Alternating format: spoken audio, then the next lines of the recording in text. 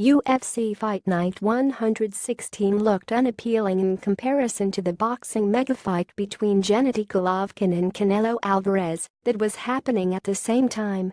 As is the case whenever this happens, the relatively underpromoted event turned out to be an exciting night of fights that featured 8 victories by way of stoppage.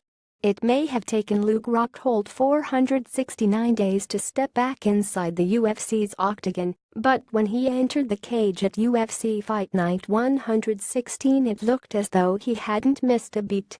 Rockhold was the same confident and cocky athlete that he always has been. Despite being rocked by multiple heavy shots from his opponent in David Branch during round 1, Rockhold overcame the adversity and eventually overwhelmed Branch. By the second round, Rockhold had complete control of his opponent, and a bruised and battered David Branch was forced to submit to the unending series of blows raining down on him from above. Luke Rockhold is back, and it's great news for fans of the UFC's middleweight division.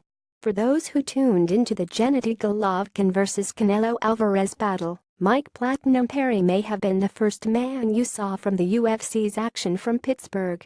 Just as the brilliant boxing match between Golovkin and Alvarez came to a somewhat controversial finish, everyone quickly swapped their TV sets over to UFC Fight Night 116 to watch the co-main event, where Perry was facing newcomer Alex Reyes. Reyes was making a short-notice debut to replace Thiago Alves, who withdrew from the event earlier in the week. He put up a fight, but was no match for the murderous Mike Perry. Perry was, again, at his violent ways and came forward with relentless aggression and forward pressure. He manhandled Alex Reyes in the clinch before finishing him in just minutes.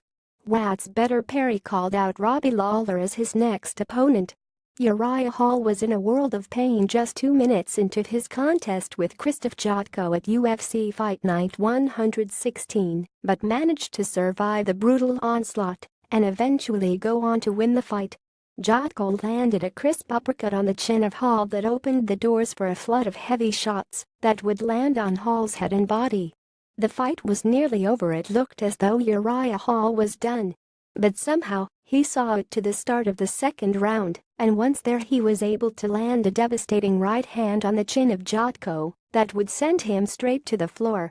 Uriah Hall's right hand connected with a loud thumping noise that could have been heard in the very back seats of the PPG Paints Arena. It was an incredible come-from-behind win against Krzysztof Jotko, who now falls to a 2-fight skid. Luke Rockhold def. David Branch via submission strikes. Round 2, 405 Mike Perry def. Alex Reyes via Kotko knee. Round 1, 119 Anthony Smith def. Hector Lombard via Kotko punches. Round 3, 233 Gregor Gillespie def. Jason Gonzalez via submission arm triangle choke.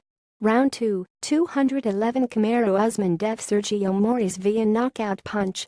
Round 1, 248 Justin Ledet def.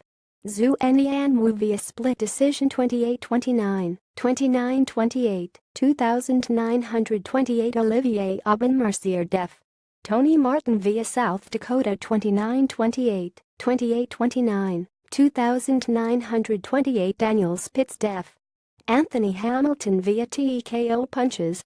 Round 1, 0-24 Uriah Hall def. Krzysztof Jotko via knockout punches. Round 2, 225 Gilbert Burns def. Jason Sago via knockout punch. Round 2, 455 Want to share your opinion? Why not write for us? Previous post next.